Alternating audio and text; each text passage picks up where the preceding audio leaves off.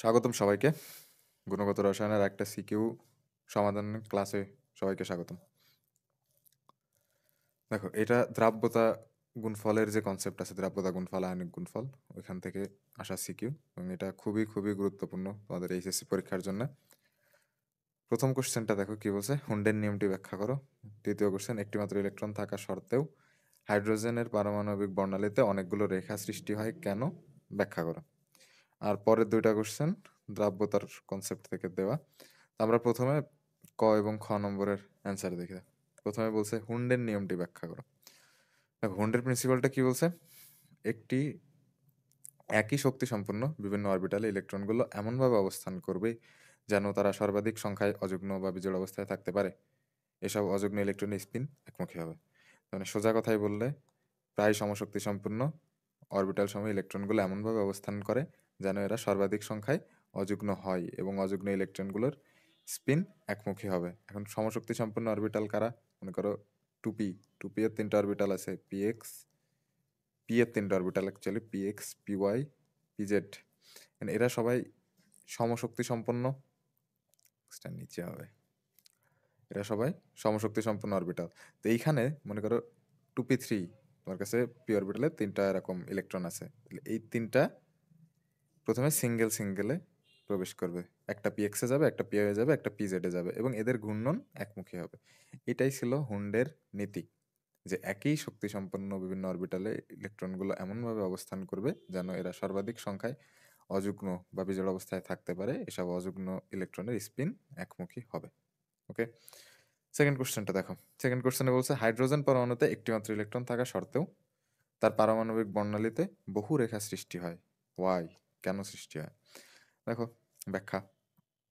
উচ্চ বিদ্যুৎ শক্তির প্রভাবে হাইড্রোজেন অণু প্রথমে ভেঙে হাইড্রোজেন পরমাণুতে পরিণত হয়। তার মানে প্রথমে হাইড্রোজেন অণু থাকবে, সেটা ভেঙে হাইড্রোজেন পরমাণুতে পরিণত হবে। ওকে, এরপরে অসংখ্য হাইড্রোজেন পরমাণু ইলেকট্রন বিভিন্ন পরিমাণ শক্তি শোষণ করে উদ্দীপ্ত অবস্থায় চলে যায় এবং ভিন্ন ভিন্ন উচ্চ শক্তি স্তরে লাফিয়ে ওঠে। যখন শক্তির উৎসটি সরিয়ে নেওয়া হয়, তখনই উদ্দীপ্ত ইলেকট্রনগুলো তাদের অতিরিক্ত শক্তি বিকিরণ করতে শুরু করে।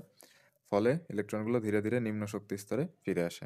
নিম্ন শক্তি স্তরে ফিরে আসার সময় ইলেকট্রনগুলো বিভিন্ন পরিমাণ শক্তি নির্গত করে, যার ফলে নির্গত আলোর তরঙ্গদৈর্ঘ্য ভিন্ন ভিন্ন হয়। এই ভিন্ন ভিন্ন তরঙ্গদৈর্ঘ্যের আলোগুলোকে একত্রে অনেকগুলো রেখা তৈরি করে। তাই হাইড্রোজেন পরমাণুর একটিমাত্র ইলেকট্রন থাকা সত্ত্বেও তার পারমাণবিক বর্ণালীতে বহু রেখার সৃষ্টি হয়। আচ্ছা, এটা যদি আমরা আরেকটু ব্যাখ্যা দেখি, তাইলে এটা এমন হবে, এই মনে করো আমাদের কাছে হাইড্রোজেন পরমাণু আছে এবং একটা পরমাণু নিয়ে অবশ্যই আমরা এক্সপেরিমেন্ট করবো না, যখন শক্তি দেবো তখন অনেকগুলো হাইড্রোজেন অণুকেই দিব। তখন হাইড্রোজেন অণুগুলো প্রথমে ভেঙে হাইড্রোজেনে পরিণত হবে। কারণ হাইড্রোজেনের শেষ কক্ষপথে বা হাইড্রোজেনের প্রথম কক্ষপথে আর কি, যেটা ওটা একটা করে ইলেকট্রন থাকে। তো এই ইলেকট্রনগুলো হাইড্রোজেনের কাছ থেকে ইলেকট্রনগুলো শক্তি গ্রহণ করে, শক্তি নিয়ে এই যে বিভিন্ন উচ্চ শক্তির বিভিন্ন অরবিটালে আছে চলে যাবে। এখন যখন আমি শক্তি নিয়ে নিব ওর কাছ থেকে, তখন এটা আবার কোথায় চলে আসবে? এই প্রথমে যেখানে ছিল সেখানে ব্যাক করবে। কেননা সব ইলেকট্রনই চাই যে শক্তির লোয়ার স্টেটে, একেবারে সব থেকে কম যেখানে থাকতে শক্তি লাগবে সেখানে থাকতে, বা সব থেকে কম শক্তির অরবিটালে থাকতে। তো এইটা যেটা আছে আমাদের, এটা শক্তি আছে -13.6 ইলেকট্রোভোল্ট। তো এখানেই শক্তি সব থেকে কম। তো যখন ওর কাছে আর এক্সট্রা শক্তি দেওয়া হবে না, তখন ইলেকট্রনটা আবার এই পূর্বের জায়গায় ফেরত চলে আসবে। তো যখন ইলেকট্রন নিজের জায়গায় ফেরত চলে আসবে, তখন আমরা এখান থেকে বিভিন্ন বর্ণের আলো পাবো। এখন যেহেতু হাইড্রোজেন আমরা অনেকগুলো ব্যবহার করতেছি এবং অনেকগুলো হাইড্রোজেনের ইলেকট্রনগুলো ভিন্ন ভিন্ন জায়গায় যাচ্ছে, কাজে আমরা ভিন্ন ভিন্ন কালার দেখতে পাবো, এখান থেকে ভিন্ন ভিন্ন আলো দেখতে পাবো। তো এই কারণেই বলা হচ্ছে যে হাইড্রোজেন পরমাণুতে একটিমাত্র ইলেকট্রন থাকা সত্ত্বেও এদের পারমাণবিক বর্ণালীতে বহু রেখা সৃষ্টি হয়। ওকে, নেক্সট আমাদের যে কোশ্চেন দুইটা ছিল, সেটা হচ্ছে তোমার যে উদ্দীপকের AB2 যৌগের দ্রাব্যতা বের করো। দ্রাব্যতা বের করার জন্য আমাদের সবার আগে এটা দ্রাব্যতা সম্বন্ধে ধারণা নেওয়া লাগবে। তো আমরা যাই, দেখো, দ্রাব্যতা বোঝার আগে যে জিনিসটা বোঝা দরকার সেটা হচ্ছে একটা দ্রবণ বলতে আমরা কি বুঝি। এই মনে করো একটা পাত্র, পাত্রের ভিতরে আছে পানি, পানির ভিতরে দিয়ে দিলে চিনি। আচ্ছা, চিনি একটু পরে দিই। আচ্ছা, এই মনে করো লাল কালারের চিনি, লাল চিনি দিয়ে দিলাম পানির ভিতরে। এই যে পানি যেটা, এটা হচ্ছে আমাদের দ্রাবক, যে পরিমাণে বেশি সে দ্রাবক। এই যে চিনি দিয়ে দিচ্ছি, চিনি হচ্ছে আমাদের দ্রব, দ্রব। আর এই দুইটা যখন মিশ্রিত হচ্ছে তখন যেটা পাচ্ছি সেটার আমরা বলতেছি দ্রবণ। এখন এই যে আমাদের দ্রবণ যেটা, এটা আবার লাল কালারটা খ্যাত দেখা যায়, এটা আবার তিন প্রকার হইতে পারে। এটারে বলে আমরা সম্পৃক্ত দ্রবণ বা স্যাচুরেটেড, সম্পৃক্ত দ্রবণ, সম্পৃক্ত, অসম্পৃক্ত, আরেকটা হচ্ছে অতিপৃক্ত দ্রবণ, অতিপৃক্ত দ্রবণ। তো দেখো, বললাম দ্রবণ কাকে বলে, যখন দ্রব্য আর দ্রাবক মিশ্রিত হবে তখন যেটা তৈরি হবে সেটার আমরা বলবো দ্রবণ। এখন দ্রবণ আবার তিন প্রকার: সম্পৃক্ত, অসম্পৃক্ত, অতিপৃক্ত। এখন সম্পৃক্ত দ্রবণ বলতে কি বোঝায় এটা বুঝো, যে এখানে আমরা দেখতে পাচ্ছি যে আমরা পানির ভিতরে চিনি গলাইছি। এখন চিনিকে আমি চাইলে ইচ্ছা মতো চিনি দিতে থাকবো আর এটা গুলতে থাকবে, ব্যাপারটা তো এমন না। একটা সময় যে চিনি আর গুলবে না, এটা নিজেই অধক্ষেপ পড়া শুরু করবে। তো এই যে সর্বোচ্চ যতটুকু চিনি আমাদের পানিতে ধারণ করতে পারে, যদি ততটুকু পরিমাণেই থাকে, তাহলে সেটারে আমরা বলবো সম্পৃক্ত দ্রবণ বা স্যাচুরেটেড দ্রবণ। ম্যাক্সিমাম যতটুকু চিনি থাকতে হতো যদি ততটুকুই থাকে, তাহলে সেটা হচ্ছে সম্পৃক্ত দ্রবণ। এরপরে অসম্পৃক্ত দ্রবণ, ম্যাক্সিমাম যতটুকু চিনি দ্রবীভূত হতে পারতো, যদি ততটুকু না থেকে তার থেকে কম থাকে, তাহলে সেটারে আমরা বলবো অসম্পৃক্ত দ্রবণ। অর্থাৎ ম্যাক্সিমাম যতটুকু হইতে পারতো দ্রবীভূত তার থেকে কম থাকলে সেটা হবে আমাদের অসম্পৃক্ত দ্রবণ। আর অতিপৃক্ত দ্রবণ, যদি আমরা কোনো উপায় করে, কোনো লাইন ঘাট করে এই যতটুকু চিনির ভিতরে দ্রবীভূত থাকতে পারতো এই পানির ভিতরে, তার থেকে বেশি পরিমাণে দ্রবীভূত করতে পারি, তাহলে আমরা যে দ্রবণটা পাবো সেটারে বলবো অতিপৃক্ত দ্রবণ। আর এই যে লাইন ঘাট বলতে এখানে বোঝাচ্ছি টেম্পারেচার। টেম্পারেচার বাড়াইলে সলিবিলিটি বাড়ে, সলিবিলিটি বাড়লে আমাদের যতটুকু সাধারণভাবে পানির ধারণ করার কথা চিনি, তার থেকে বেশি পরিমাণে চিনি আমরা এই পানিতে গোলাইতে পারবো। তাহলে আশা করি কনসেপ্ট এটা ক্লিয়ার হয়েছে যে সম্পৃক্ত দ্রবণ কাকে বলে, যতটুকু থাকার কথা বা যতটুকু দ্রবীভূত হতে পারে যদি ততটুকুই থাকে সম্পৃক্ত দ্রবণ। অসম্পৃক্ত দ্রবণ, যে পরিমাণে দ্রাবক দ্রবীভূত করতে পারবে তার থেকে যদি কম পরিমাণে থাকে তাহলে অসম্পৃক্ত দ্রবণ। আর অতিপৃক্ত দ্রবণ হচ্ছে তাপমাত্রা বৃদ্ধি করার মাধ্যমে যতটুকু দ্রবণ দ্রবীভূত করতে পারতো তার থেকে বেশি পরিমাণে আমি দ্রবীভূত করলাম, তাহলে এই ধরনের দ্রবণকে আমরা বলবো অতিপৃক্ত দ্রবণ। ঠিক আছে, দ্রবণ ক্লিয়ার। এবার আসি আমরা দ্রাব্যতায়। দ্রাব্যতা বলতে কি বুঝি দেখো, দ্রাব্যতা বলতে বোঝায় নির্দিষ্ট তাপমাত্রায় নির্দিষ্ট পরিমাণ যে কোনো তরলের যে পরিমাণ কঠিন দ্রব্য দ্রবীভূত হয়ে সম্পৃক্ত দ্রবণ তৈরি করে, সেই পরিমাণকে ওই দ্রব্যের দ্রাব্যতা বলে।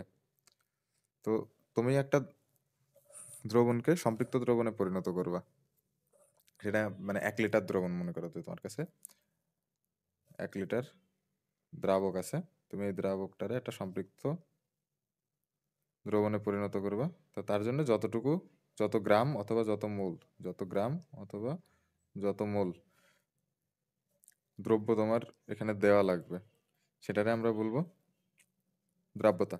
দ্রাব্যতার একক হচ্ছে তোমার, যেখান থেকে আগে দেখি যোগের দ্রাব্যতা, যোগের দ্রাব্যতাকে আমরা এস দ্বারা প্রকাশ করব।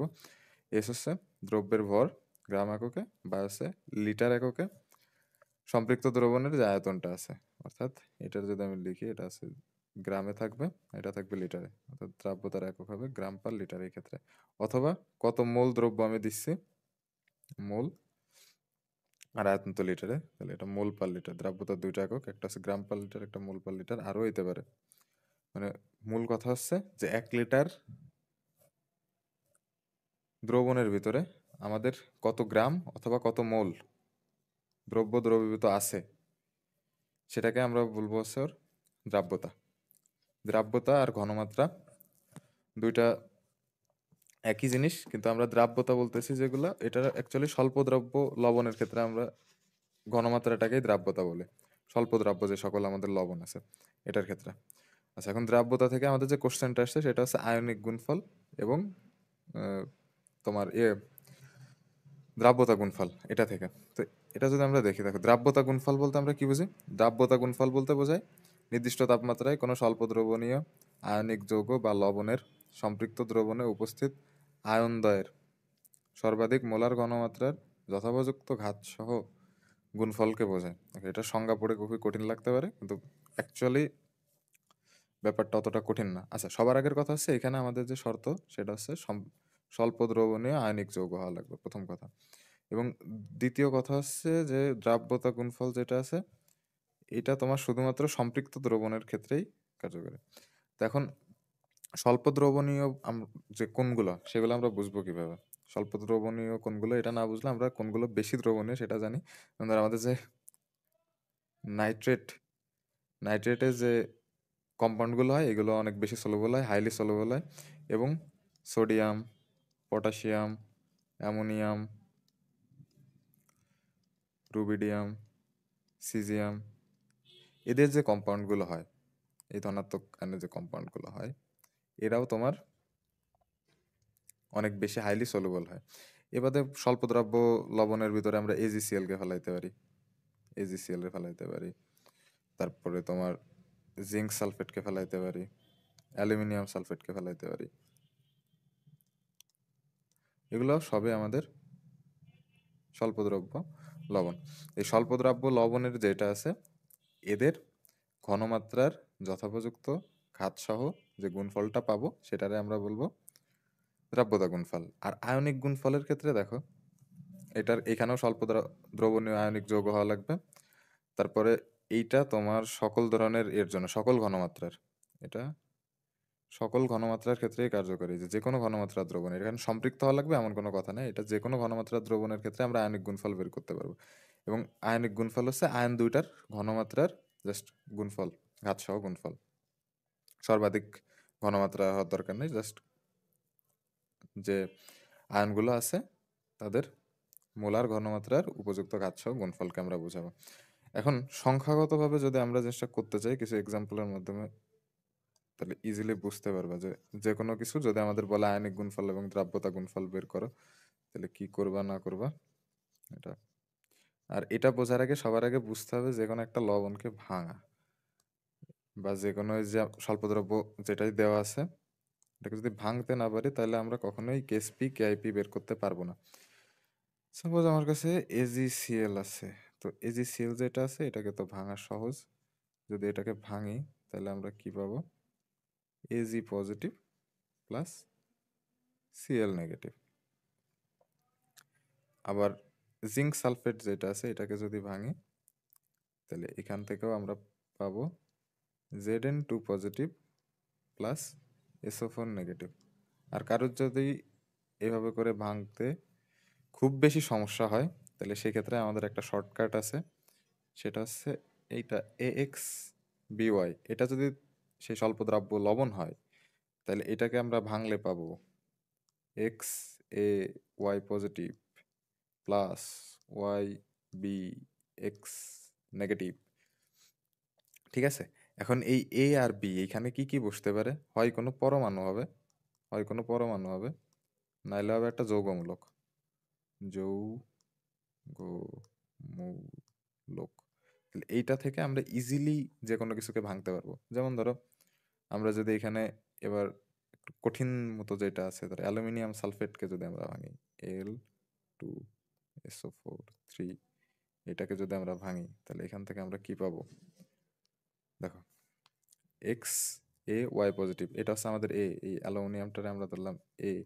আর এক্স এর জায়গায় এখানে কত আছে? 2। আর সালফেটটাকে ধরবো আমরা বি, ওয়াই এর জায়গায় কত আছে? 3। তাহলে এটাকে যখন আমরা ভাঙবো তখন পাবো 2Al3 positive plus 3SO4 2 negative. আচ্ছা ঠিক আছে, ভাঙা শিখে গেলে এবার দ্রাব্যতা গুণফল আয়নিক গুণফল বের করা কোনো বড় বিষয় না। দেখো কিভাবে বের করবো।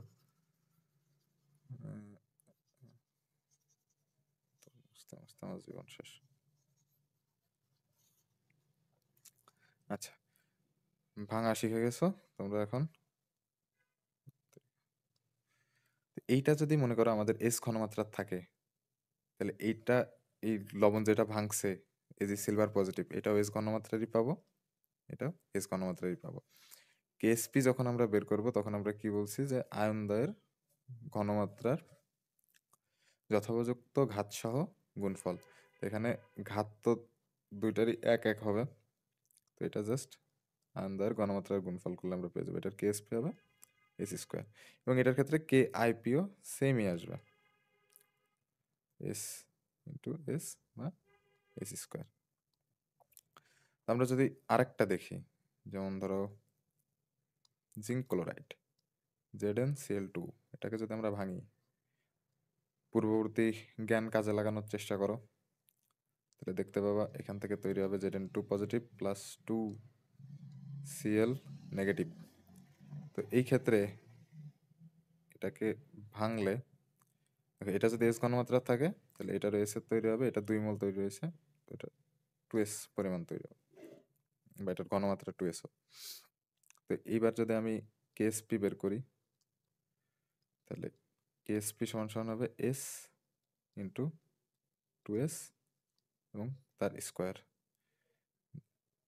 যত মোল তৈরি হয়েছে ওইটাই ঘাত হিসেবে বা পাওয়ার হিসেবে যাবে, এটা ক্যালকুলেট করলে তাহলে কত হবে 4s কিউব। বাট এটার ক্ষেত্রে কে আইপি যেটা, সেই ক্ষেত্রে শুধুমাত্র S into S cube, S square, অর্থাৎ এস কিউব হবে শুধুমাত্র।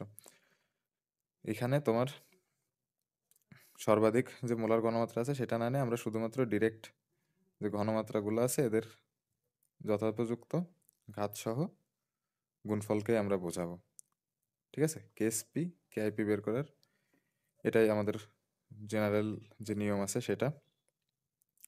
আর কেএসপি কেআইপি তাহলে আশা করি বুঝতে পারছো। আর একবার যদি ওভারভিউ দিই, সেটা হচ্ছে কেএসপি নির্দিষ্ট তাপমাত্রায় কোনো স্বল্প দ্রবণীয় যে সকল আমাদের লবণ আছে এটার কন্ডিশনের ভিতরে থাকে, সম্পৃক্ত দ্রবণে উপস্থিত। অবশ্যই দ্রবণটা সম্পৃক্ত হওয়া লাগবে, নির্দিষ্ট তাপমাত্রায় থাকা লাগবে, তাহলে তোমার সর্বাধিক মোলার ঘনমাত্রার যথোপযুক্ত ঘাতসহ যে গুণফলটা পাবা সেটারই বলবা দ্রাব্যতা গুণফল। আর আয়নিক গুণফল যেটা আছে এটাও স্বল্প দ্রবণীয় লবণ, কিন্তু এটা যে কোনো ঘনমাত্রার ক্ষেত্রে আয়নিক গুণফল বের করা যায়, এবং এটারও সেম যে মোলার ঘনমাত্রার যথোপযুক্ত ঘাতসহ যে গুণফলটা পাবা সেটাকে আমরা বলবো আয়নিক গুণফল। ঠিক আছে, তাহলে এবার আয়নিক গুণফল রিলেটেড যে কোশ্চেন আছে সেটা যাওয়া যাক। দেখো নম্বরের কোশ্চেন দেওয়া ছিল আমাদের, এটা আমি আগে থেকে লিখে রাখছি মাতব্বরি করে। তো এই কোশ্চেনটা দেখো আমাদের কি বলছে যে 25°C তাপমাত্রায় AB2 এর কেএসপি দেওয়া আছে 1.84 ইন্টু 10⁻⁻8। এবার আমাদেরকে বলা হয়েছে যে AB2 এর দ্রাব্যতা বের করা, মানে এস এর মান বের করতে বলছে। দ্রাব্যতাকে আমরা এস দ্বারা প্রকাশ করি, এস এর মানটা বের করতে বলছে। তো আমরা যে কোনো কিছু দ্রাব্যতার গুণফল বা কেএসপি বের করার সময় আমরা কি করি, আর কেএসপি, আচ্ছা কেএসপি হচ্ছে একটা কনস্ট্যান্ট, এটার ভ্যালু শুধুমাত্র টেম্পারেচারের উপরে ডিপেন্ড করে, আর কোনো কিছুর উপরে ডিপেন্ড করে না। কেআইপির ভ্যালু তোমার ভিন্ন ভিন্ন হইতে পারে দ্রবণের উপরে ভিত্তি করে, কিন্তু কেএসপি এর ভ্যালু সবসময় সেমই থাকে, শুধুমাত্র তাপমাত্রা পরিবর্তনে কেএসপি এর ভ্যালুর পরিবর্তন হয়। তো দ্রাব্যতা বের করার জন্য আমাদের সবার আগে এটাকে ভাঙতে হবে, জানতে গেলে ভাঙতে হবে। তো AB2 যেটা আছে এটাকে যদি আমরা ভাঙি, তাহলে এখান থেকে আমরা ওই পাবো হচ্ছে A2 positive plus 2B negative. আগের ওই XY সিস্টেমের ভাঙন দিয়েই আমরা এটা পাবো। আচ্ছা, তাহলে এটা যদি আমাদের S হয়, এটার ঘনমাত্রা S হবে, এটার ঘনমাত্রা হবে 2S। তাহলে আমাদের কেএসপি এর ভ্যালু আমরা কিভাবে বের করব, মাত্রই শিখলাম। কেএসপি এটা সমান সমান হবে S ইন্টু 2S তার স্কোয়ার। এটা যদি আমরা করি তাহলে S into 4s cube, 4s square এমন আসবে। তাহলে এটা থেকে আমরা পাবো 4s কিউব। অ্যান্ড আমাদের দেখো উপরে কি দেওয়া আছে, 4s কিউব বা কেএসপি এর মান এটা কত দেওয়া, 1.48 ইন্টু 10⁻⁻8 এটা দেওয়াই আছে। তাহলে আমরা লিখতে পারি না যে কেএসপি এটা সমান সমান তো দেওয়াই আছে যে 1.484 ইন্টু 10⁻⁻8। তাহলে কেএসপি এর মান আবার পাইছি 4s³ 4s³ is equals to 1.48 into 10⁻⁻8। তাহলে এখান থেকে এস এর ভ্যালু যদি আমি বের করি তাহলে এটা এমন আসবে। আরে বাবা, যদি এস এর ভ্যালুটা আমরা বের করতে চাই এটা উপরে লিখে, তাহলে এস সমান সমান আসবে এটা √3 1.48 ইন্টু 10⁻⁻8 বাই 4। তাহলে এটা করলে যা পাবা ওইটাই আমাদের উত্তর, এবং আমাদের উত্তরটা আসবে 1.7 ইন্টু 10⁻⁻3। এটা করলে পাবা 1.7 ইন্টু 10⁻⁻3। এটার একক কি বলছিলাম, মোল পার লিটার। তো এটাই চাইছে যে AB2 যৌগের দ্রাব্যতা বের করো। আমরা দ্রাব্যতা বা এস যেটা আছে সলিবিলিটি এটা বের করলাম। এবার চলে যাওয়া যাক আমাদের লাস্ট কোশ্চেন। আমাদের লাস্ট কোশ্চেনটা দেখো, কোশ্চেনটা দেখে আসি। লাস্ট কোশ্চেনটা ছিল এরকম যে প্রথম এবং দ্বিতীয় পাত্রের মিশ্রিত দ্রবণে কোনো অদক্ষেপ পড়বে কিনা সেটা আমাদের দেখতে হবে। দুইটাকে মিক্স করব, করলে অদক্ষেপ পড়বে কিনা সেটা দেখবো। যাই, দুইটা পাত্র আমি এখানে আঁকছি। তো দেখো আমাদের প্রথম পাত্রে গেছিল AM আর দ্বিতীয় পাত্রে ছিল XB। তো এই দুইটাকে যদি আমরা মিক্স করি তাহলে এখান থেকে আমরা যেটা পাবো সেটা হচ্ছে AB2 প্লাস X2M। তো এইটা কোথা থেকে পাইলাম যে AB2 হবে এখানে, এবং বিক্রিয়াটা সমতাকরণ করার জন্য এখানে একটা 2 দরকার। এটা আমরা পাইছি কেননা আমাদের একটা যৌগের দ্রাব্যতা দেওয়া আছে, AB2 এর দেওয়া আছে, কাজে রিয়াকশনটা এই রকম ভাবে হইতে হবে, অন্যথায় আমরা তো AB2 তো পাবো না। ঠিক আছে, তো AB2 এর দ্রাব্যতা কেএসপি এর মান আমাদের কত দেওয়া ছিল, 1.84 ইন্টু 10⁻⁻8 এটা দেওয়া ছিল। AB2 এর কেএসপি যেটা আছে সেটা এটা দেওয়া ছিল। আচ্ছা, তো এখন এইখানে আমাদের অদক্ষেপ পড়বে কি পড়বে না সেটা দেখতে বলা হয়েছে।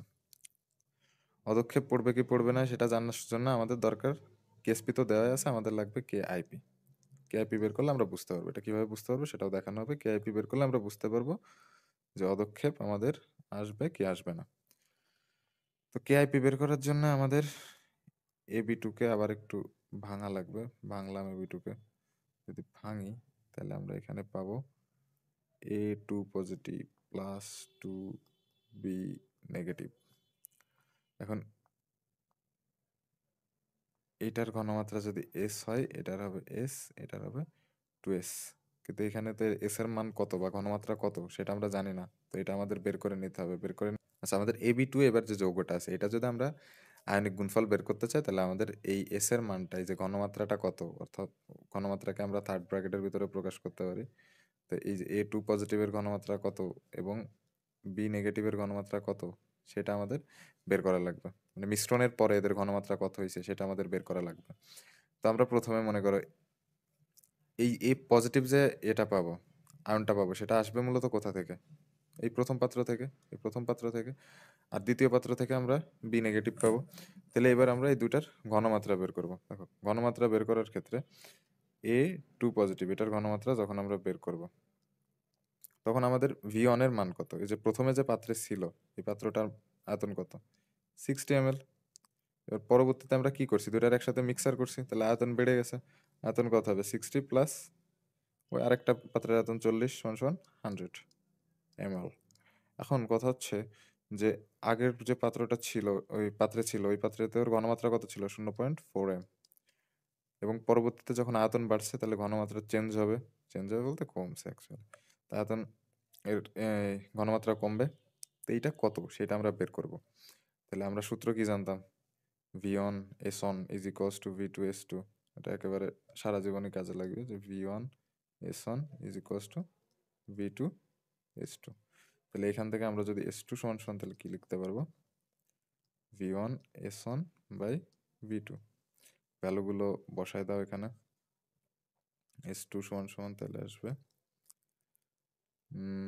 V1 এর মান কত, 60 ইন্টু 0.4 বাই 100। এটা করলে আমরা মান পেয়ে যাব 0.24 এম। ওকে, তাহলে একটা মান পাইলাম আমরা, S2 এর মানটা পাইলাম, এটা আমরা লিখে রাখি, বা হচ্ছে তোমার এটার ঘনমাত্রা পাইছি, A2 পজিটিভ এর ঘনমাত্রা এটা কত পাইছি, 0.24 এম। এবার আমরা বি নেগেটিভের ঘনমাত্রা বের করবো আস্তে আস্তে ধীরে ধীরে, সমস্যা না। বি নেগেটিভের ঘনমাত্রা বের করা লাগবে আমাদের। সেম সূত্র, একই রকম প্রসেস, শুধুমাত্র ভ্যালুগুলো ডিফারেন্ট ডিফারেন্ট আসবে। দেখো এই ক্ষেত্রে যে আমাদের প্রথমে যে পাত্রে ছিল সেই পাত্রের আয়তন কত, 40 ml। তাহলে V1 এর মান 40, V2 এর মান কত, 40 প্লাস 60 সমান 100 ml। S1 এর মান কত, 0.2 m। S2 কত এবার বের করতে হবে। এই যে সব এই পাত্রের হিসেবে নিছি, জাস্ট যেহেতু দুইটা পাত্র মিক্স করছি, মিক্স করলে আয়তন চেঞ্জ হয়েছে, আয়তন চেঞ্জ হলে ঘনমাত্রাও চেঞ্জ হবে। তো আমরা পরিবর্তিত ঘনমাত্রা কত সেটা বের করতেছি শুধু। তাহলে এখান থেকে S2 সমান সমান এবার লিখতে পারবো, V1 এর মান হচ্ছে আমাদের 40 ইন্টু S1 হচ্ছে 0.2 আর V2 হচ্ছে 100। তো এটা যদি আমরা ক্যালকুলেট করি,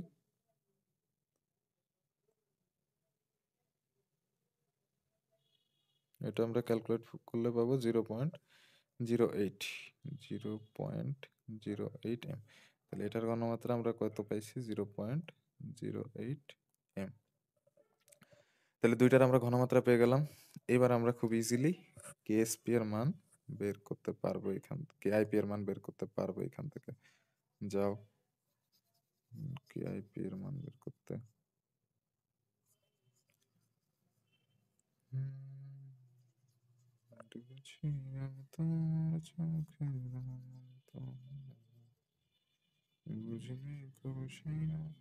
আচ্ছা কেআইপি তাই তো,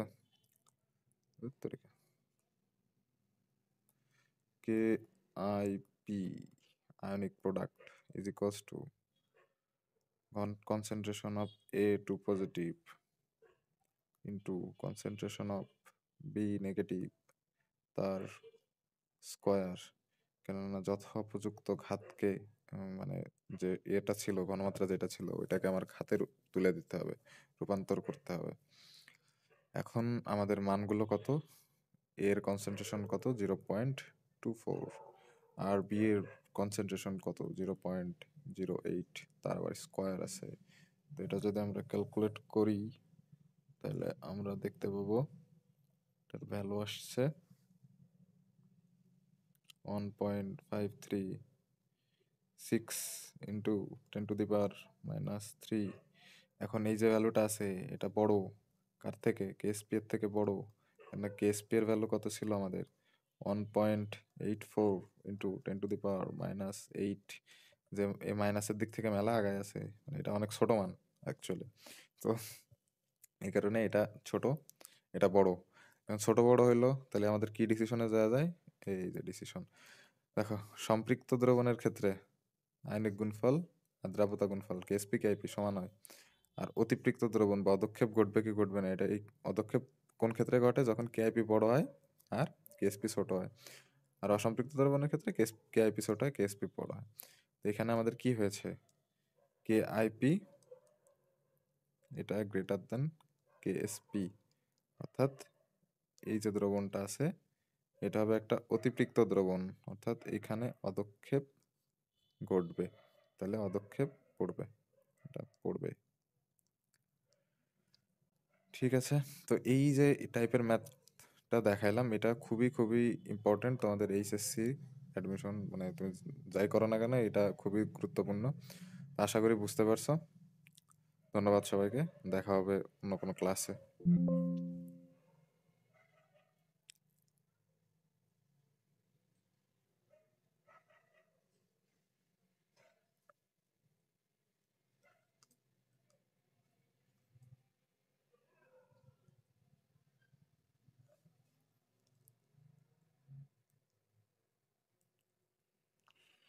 क्या उस